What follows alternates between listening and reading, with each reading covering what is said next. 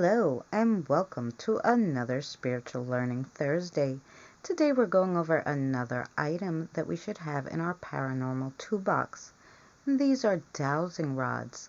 Let's find out what they are, the history, and how they're used today.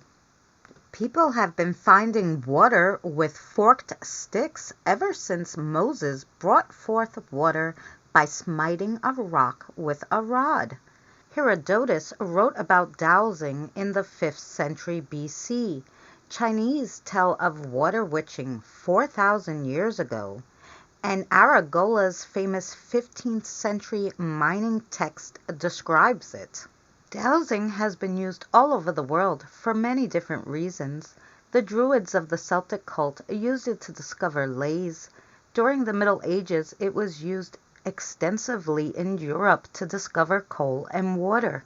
The form used today probably originates in Germany during the 15th century. Then it was used to find metals. The technique spread to England with German miners who came to England to work in the coal mines. Martin Luther condemned the practice as witchcraft, which was equated to devil worship.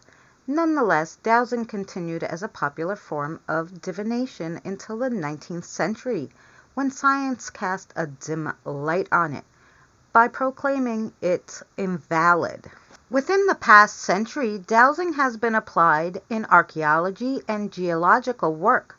Some dowsers are so sensitive that they can predict the depth at which the well or reservoir lies underground and the amount of water or material it is capable of supplying. Between October 1925 and February 1930, Mayor C. A. Progson served as the official water diviner for the government of India. He traveled thousands of miles finding wells and bores. All during these years, he was consulted on every matter relating to underground water. Sometimes the dowser doesn't even have to physically go to the location.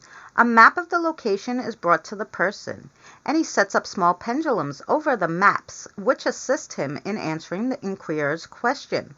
Such a procedure has become known as teledowsing, with the theory behind it that there is an establishment of a telepathic link between the location and the map.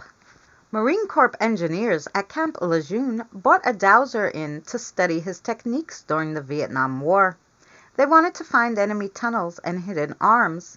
The fellow told them that anyone could master dowsing except atheists, morons, disbelievers, or the mentally disturbed. Engineers reported this back to the Pentagon. However, they said the method could be used because even if it fell into communist hands, it would be no problem, because communists were all atheists. Since dowsing enjoys some success, scientists flutter around it. They say that the dowser seeks to penetrate Mother Earth with the dowsing rod. A geologist, however, points out that some people simply learn the subtle relationships between Earth's surface and the qualifiers below it. A good dowser, they claim, does what a good geologist does. Maybe the witching wand just helps them concentrate. Dowsing with dowsing rods is like using a compass of sorts to look for hidden energy and things. According to the users, dowsing rods can detect energy in the earth that are produced by the hidden water sources and gems. They also come in handy for finding bricked-in pipes, ducts, and wiring in houses. The rod can also react to the Earth's rays and other forces that, according to many people, disrupt the flow of energy.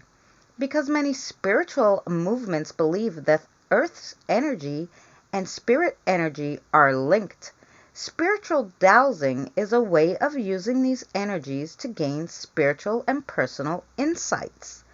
Think of it just like a compass. It uses the Earth's magnetic field to help you find your physical way.